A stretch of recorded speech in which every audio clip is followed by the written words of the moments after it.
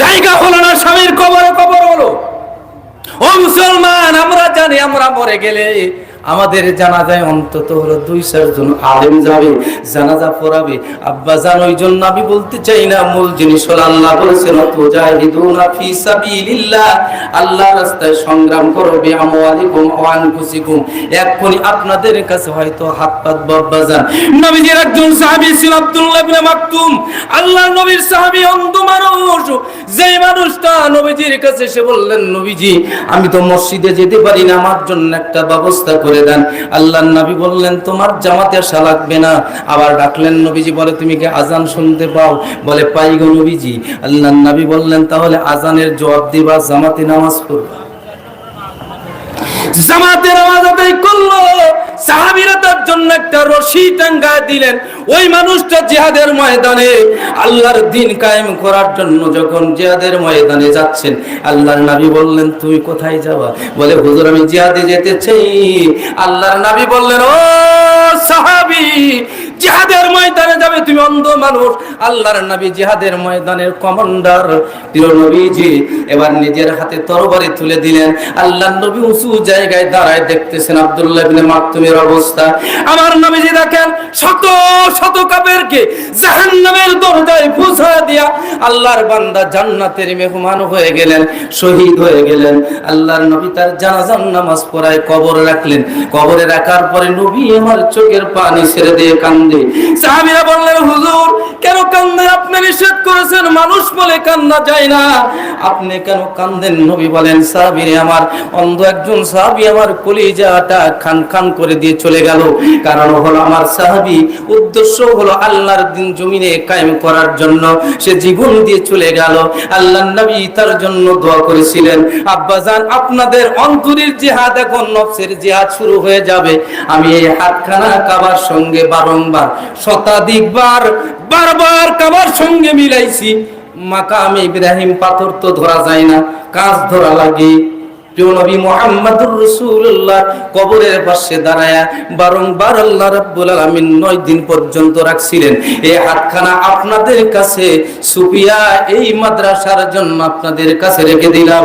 আসেন কোন বান্দারা, খুব তাড়াতাড়ি আসেন। আব্বাজান 5,000 10,000 টাকা দিবেন, 2-1,000 টাকা করে দিবেন, 2-4-5 মণ করে ধান দিবেন। আসেন আব্বাজান, খুব তাড়াতাড়ি প্রধান মেহমান সাহেব চলে আসবেন, উনি আলোচনা করবেন। আপনাদের কাছে আমার আবেদন হলো, আল্লাহর নবীর ঘরের জন্য মেহেরবানি করে খুব তাড়াতাড়ি একটু আসেন আব্বাজান। কেননা প্রিয় নবীজি বলেছেন, আল্লাহ রাব্বুল আলামিন বললেন, তুজাহিদুনা ফি সাবিলিল্লাহ, আমার দ্বীন কায়েমের জন্য প্রচেষ্টা চালাও বিআমওয়ালিকুম, আগে হলো অর্থ, তারপরে হলো আনফুসিকুম, তারপরে জান। আগে মাল দাও, তারপরে জান দাও। এই জন্য আব্বাজান, এই মাদ্রাসা যদি থাকে দ্বীন কায়েম হবে, মাদ্রাসা থাকবে দ্বীন প্রতিষ্ঠিত থাকবে। মাদ্রাসা থাকবে না, মসজিদ থাকবে না, কোরআন থাকবে না, এই পৃথিবীর জমিন থেকে দ্বীন বিদায় নিয়ে চলে যাবে।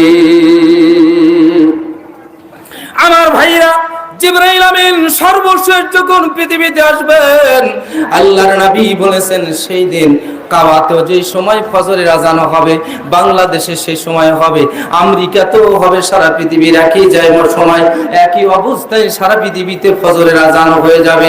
উকিমাতুস সালাত, নামাজের ইকামত হয়ে যাবে, নামাজের জন্য ইমাম দাঁড়িয়ে যাবেন, আল্লাহু আকবার বলে হাত বাঁধবেন। ইমাম সাহেব হাত বাঁধার পরে সূরা ফাতিহা তিলাওয়াত করবেন, জবান থেকে আর সূরা ফাতিহা আসবে না। ইমাম সাহেব অনেক সময় দাঁড়িয়ে থেকে পিছনের দিকে ঘুরে ডাক দিয়ে বলবেন, কি আছো? তাড়াতাড়ি করে ইমামের মুসল্লায় দাঁড়ায় নামাজ পড়ায় দাও। সবাই বলবে, আমরা জানি না, জানি না, কোরআন জানি না, কোরআন ভুলে গেছি। ইমাম ডাক দিয়ে বলবেন, তাড়াতাড়ি মসজিদের আলমারির ভিতরে হাত দাও, মাদ্রাসার ওই টাকের ভিতরে হাত দেওয়া হবে। এরকম কোরআন শরীফ পড়ে থাকবে, কিন্তু কোরআনুল কারীমের ভিতরে আর অক্ষর থাকবে না। ইমাম ডাক দিয়ে বলবেন, আর দেরি নয়, তাড়াতাড়ি করে পশ্চিম দিকে তাকায় দেখো, আমার আল্লাহ রাব্বুল আলামিন এখনই পশ্চিম আকাশে সূর্য উদয় করে দিয়ে দিবেন, কিয়ামতের ময়দান কায়েম হয়ে যাবে। আব্বাজান, কোরআন থাকবে, পৃথিবী থাকবে, কোরআন থাকবে না, পৃথিবী থাকবে না। এই জন্য কোরআন যদি রাখতে চান তাহলে কোরআনের বিধান জারি করতে হলে মাদ্রাসায় ছাত্রদেরকে খাবার দেওয়া লাগবে, অর্থ দেওয়া লাগবে, সম্পদ দেওয়া লাগবে। এই জন্য আব্বাজান আপনারা যতই চিন্তা করেন উনি আদায় করবেন, কিন্তু উনি কতটুকু সময় করবেন তা জানি না। এই জন্য আমি দ্বিতীয় বক্তা বেশি সময় বিরক্ত করতে চাই না। আব্বাজান খুব তাড়াতাড়ি আসেন। এই গ্রামের মানুষ কয়জন আছেন একটু হাত জাগান তো দেখি। এই গ্রামের মানুষ কয়জন জাগান থেকে? এই গ্রামের এই মহল্লার, মানে এই মহল্লার ভিতরে কয়জন দেখি?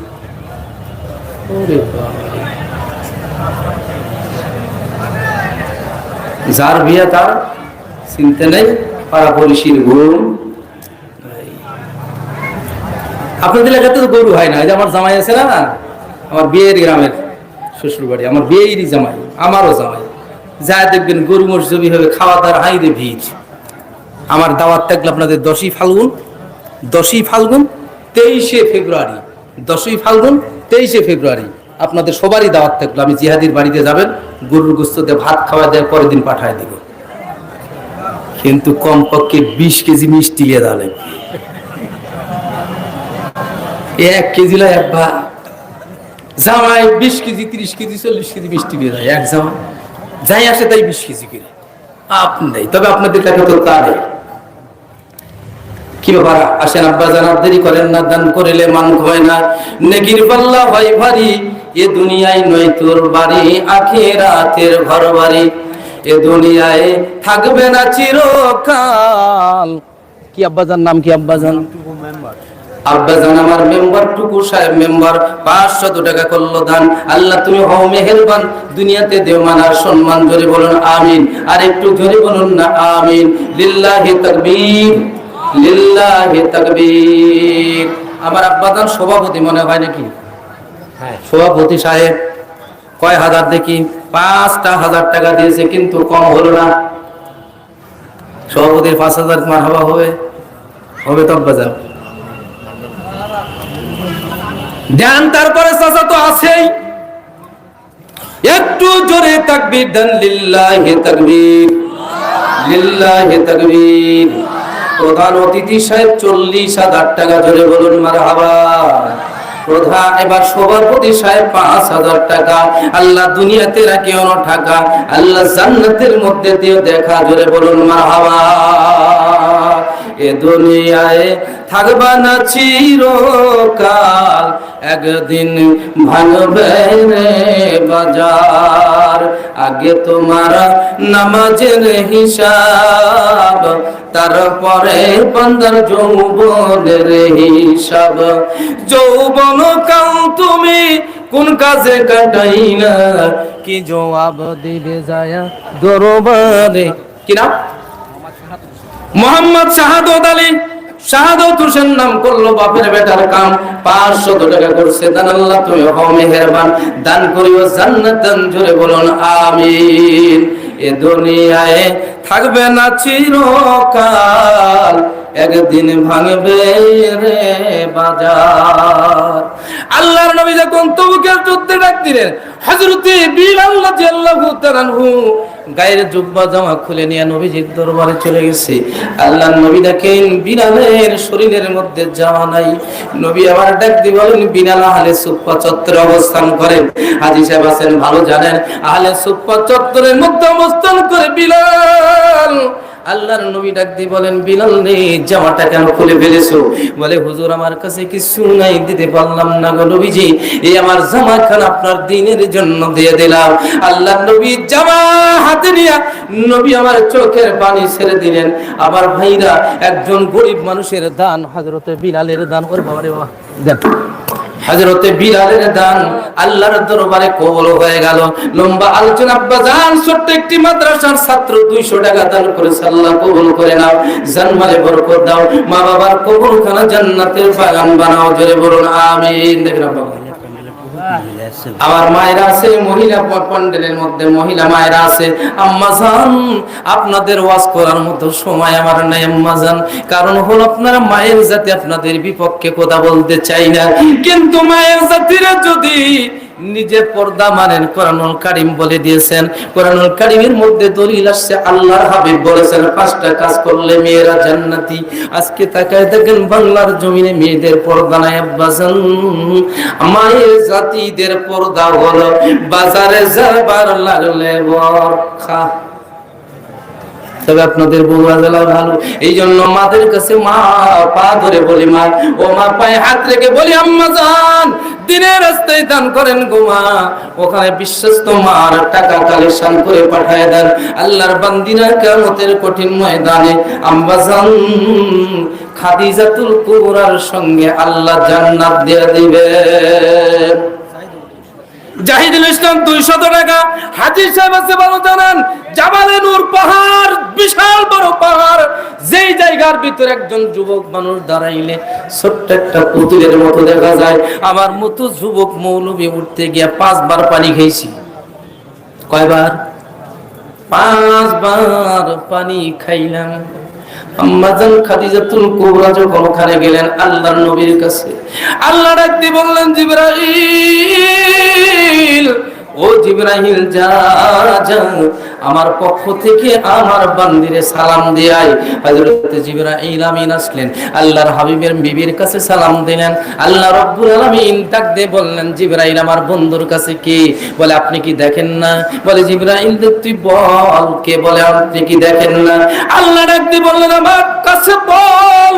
বলে আপনার নবীর বিবি আম্মাজান খাদিজাতুল কুবরা রাদিয়াল্লাহু তাআলা আনহা, যাকে আল্লাহ রাব্বুল আলামিন সালাম দিয়েছিলেন। আব্বা জান ও আমার মা বোনদেরকে বলতে চাই, কিয়ামতের কঠিন ময়দানে যদি আপনি খাদিজাতুল কুবরার সঙ্গে জান্নাতে যেতে চান, মেহেরবানি করে আল্লাহর নবীর ঘরের সঙ্গে মহব্বত লাগা।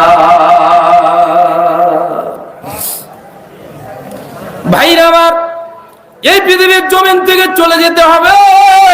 অন্ধকার কবরে যেদিন চলে যাবেন আব্বাজান, ওই যে কাপড় দিবেন 3 টুকরা কাপড়, সবুজ নামের আমার বাজান টাকা দিয়েছেন 200, আল্লাহ তুমি কবুল করে নাও, জানমালে বরকত দাও, মা বাবার কবরখানা জান্নাতি বাগান বানায় দাও। জোরে বলুন আমিন। এদিকে ধান হয় না আব্বাজান, ধান হয় না, মরিচ হয়। সোনা তোলার মানুষ কালকে দেখি, গতকালকে প্রোগ্রাম ছিল না আব্বাজান, ঈশান নামাজের আগে গিয়ে দেখি এক চাচা মিয়া মরিচ নিয়ে বসে আছে। বাড়ি কোথায়? কয় সোনা তোলা। আমি বললাম বেটা কালকে যাবো তোমার সোনা তোলা। আমার ভাইরা, সোনা তোলার মানুষদের মরিচের আবাদ করেন। 1 কেজি মরিচের দাম হলো এখন বর্তমান 600 টাকা। আব্বাজান 2 কেজি মরিচের দাম যদি দেন 1200 টাকা, আব্বাজান ঠেকা হবে না। 1000 টাকা যদি দিয়ে দেন, কিয়ামতের কঠিন ময়দানে হতে পারে এই দানের বিনিময়ে আমার আল্লাহ রাব্বুল আলামিন আপনারে জান্নাতটা দিয়ে দিবে। আবার নবী বলেছেন, আস-সাকিয়ু হাবিবুল্লাহ, যারা দান করে তারা আল্লাহর বন্ধু হয়ে যায়, যারা দান করে তারা বন্ধু হয়ে যায়। আমি আর আপনি যদি আল্লাহর বন্ধু হতে চাই আব্বাজান, আল্লাহর রাস্তায় জান আর মাল কুরবান করা লাগবে। আগে তো লাগবে মাল, তারপরে হলো জান। এই মাদ্রাসা যদি চালাতে চান তাহলে অর্থ লাগবে, তারপরে দিতে হবে, শ্রম দিতে হবে, সন্তানদেরকে জাগির রাখতে হবে। আল্লাহর নবী বলেন, কিয়ামতের কঠিন ময়দানে একজন আলেম, একজন হাফেজে কোরআন 10 জন মানুষকে জান্নাতে নিয়ে যাবেন। 1 নম্বরে নেবেন তার মা, 2 নম্বরে নেবেন বাবা, 3 নম্বরে নেবেন দাদি, 4 নম্বরে দাদা, 5 নম্বরে নানি, 6 নম্বরে নানা। বাকি থাকলো কি? শ্বশুর ছিলেন না। হাই মুসলমান, বাবারে ডাকে না, বাবারে জীবনে কোনোদিন বাবা কয় নাই। শ্বশুরকে আব্বাজান, শাশুড়ির আম্মাজান, বিয়ে করছে মানিকজান, এরা জানের জান, কোরআনের কোরআন, খেদমতে মা, দারবে দারকত, দারকে দারবে দারকন ইখতিয়ার, তাশাফি আজমালে দৌলত বখতিয়ার, তাশাফি আজমালে দৌলত বখতিয়ার। আল্লাহর নবী বলেছেন, 7 নম্বরে নেবেন ফাদারিন মাদারিল্লাহ, আইনের মা, যেটা হলো শাশুড়ি। 9 নম্বরে নেবেন শ্বশুর। এইবারে বলুন তো দেখি বাকি কি আছে? বাড়ির ম্যাডাম, এটা যদি না নেন বিপদের শেষ নাই আব্বাজান। যদি আপনি গিয়ে প্র্যাকটিক্যাল প্রমাণ করবেন, আগামীকালকে শ্বশুর বাড়িতে যাবেন, ঘুরে আসবেন, যদি বলেন যে তোর ভাইরা আমার সাথে ভালো ব্যবহার করলো না, দেখবেন শাশিমার মেজাজ 1000 মিটার গরম। তবে আপনাদের এগুলো নাই, আমার মুরব্বির কথা বলতেছি। এই সময় সবার কাছে ধর তোর বাপের বাড়ি যে কি খালো আর কি না খালো, ওটাই তো কবে খালি মানুষের বাড়ি যে খায় গেছে জীবন লম্বা হয়ে গেছে। প্রিয় ভাইরা আমার, বিশ্বাস যদি না হয় করে দেখবেন, অথবা শ্বশুর বাড়ি থেকে এসে বলবেন খুব সম্মান করলো, থাকার জন্য টানা হেঁচড়া করলো, কিন্তু থাকতে পারলাম না। কেননা কারণ হলো শ্বশুর বাড়িতে জামাই হলো খাস মেহমান। কি মেহমান? খাস মেহমান। খাস মেহমান বুঝেন আব্বাজান, একবারে খাস মেহমান। এটা হলো জামাই, যা করবে কামাই খাবে তা জামাই, খাস মেহমান। আমার ভাইরা, খাস মেহমান হলো জামাই। ইদ্রিস আলী নাম, আল্লাহর বান্দা ইদ্রিস পয়গম্বরের নামের সঙ্গে নাম, করলো বাপের বেটার কাম, 500 টাকা করছে দান। আল্লাহ তুমি হও মেহেরবান, দিন দিও তার জান্নাতান, জোরে বলুন আমিন। কি আব্বাজান ধান হয় না এদিকে?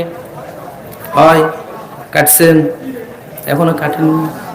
আমার এলাকায় কারা শুরু হয়নি বাজান। আমাদের এলাকায় ধান হয় বুনিয়া দেওয়া লাগে, বুনা ধান। 1 বিঘা জমি কাইটে আমার এক চাচা বলতেছে, চাচা 30 কাঠা জমি কাইটা 1.5 মণ ধান। 1200 টাকা বিঘা। আমি চাচা কি সর্বনাশ করলাম? কয় বেটা কোথা খয়ো না মাওলানা, এই কোথা খয়ো না, কারণ হলো 1.5 বিঘা জমি কাইটা 1.5 মণ।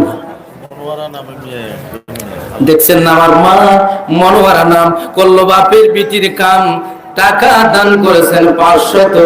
তার মা বাবারে আল্লাহ দান করেন যেন জান্নাতান, জোরে বলুন আমিন।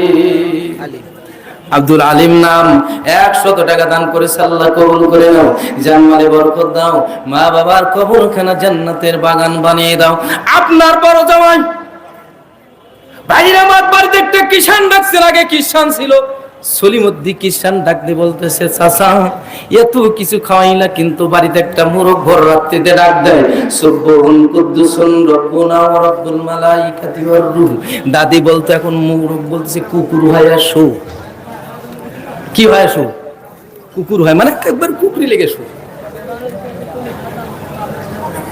কুকুর হয় শো বলতেছে না, তা নয়, উনি আল্লাহর তাসবিহ করতেছেন। হাজী সাহেবকে বলতেছে, চাচা এত কিছু খাইলাম, কিন্তু মুরগটা খাইলে ভালো হয়। হাজী সাহেব চাচা কিষানের গালের উপর একটা আস্তে করে চর মারছে, মহব্বতের চর। বেটা কুশকিরি, সোনাতলা থেকে প্রতি সপ্তাহে গোস্ত নিয়ে এসে খাওয়ায়, গরুর গোস্ত, পোলট্রি মুরগি খাওয়ায়, আর তুই এটা খাওয়া ছাড়া কোনো কাজ পাইস নাই। হঠাৎ করে বেলা 12টার সময় চাচার বাড়ির মধ্যে পালসার গাড়ি নিয়ে ভ ভ করে বড় জামাই ঢুকে পড়ছে। ফ্রিজে দেখে গোস্ত নাই, ফ্রিজে গোস্ত নাই। হাজী সাহেবকে বলতেছে, কোথায় গেলা? লাতি টুদিরে ডাক দাও, মোরগ ধরো। সলিমুদ্দিন বলতেছে, সলিমুদ্দিন মুরগি ধর, জবি করি। সলিমুদ্দিন কয়, চাচা মাপ চাই, পারবো না, কারণ আমি পারবো না। বলে, না না না, ধরো। ধরে ফেলে দিয়েছেন, জবি করছেন, শাশুড়িয়া তৈরি করা শুরু করছে। এর মধ্যে ইতিমধ্যে জামাই ঘুমায় গেছে। বলতেছে, আম্মা কে বলি সোনাতলাতে খাই আসলাম, খাওয়া লাগবে না, কিন্তু উদ্দেশ্য করো। হাজী সাহেব জোহরের নামাজ পড়ে সে জামাইকে ডাক দি বলতেছে, আব্বাজান এখন খাবার বস। আব্বাজান বলে, আব্বা কে আপনি তো খায়। শাশুড়ি খাই তুলে দেয়, হাজী সাহেব দেয় না। ভাই আমার, যেই জামাই রে খাবার জন্য ব্যবস্থা করলেন, খাওয়া কমপ্লিট হয়ে গেল। খাওয়ার পরে এইবার জামাই যখন খাওয়া কমপ্লিট হয়ে গেছে, জামাই ঘুমায় যাচ্ছেন, 12 হর্সের মেশিন চালাচ্ছেন, নাক ডাকাচ্ছেন, লিল্লাহি তাকবীর। ভাত খান নাই, লিল্লাহি তাকবীর। প্রধান বক্তারা বলবেন, নারে তাকবীর। আব্বাজান যে কথা বলতেছিলাম, কথাটা শেষ করে দি, ভাই আসছে। আমার ভাইরা, সলিমুদ্দির দিকে মেঘ ধরে গেছে আসমানে। ইরির ধান যদি না তোলা যায় তাহলে তো সমস্যা। হাজী সাহেব চাচা যে রাখতে, সলিমুদ্দিন উঠ,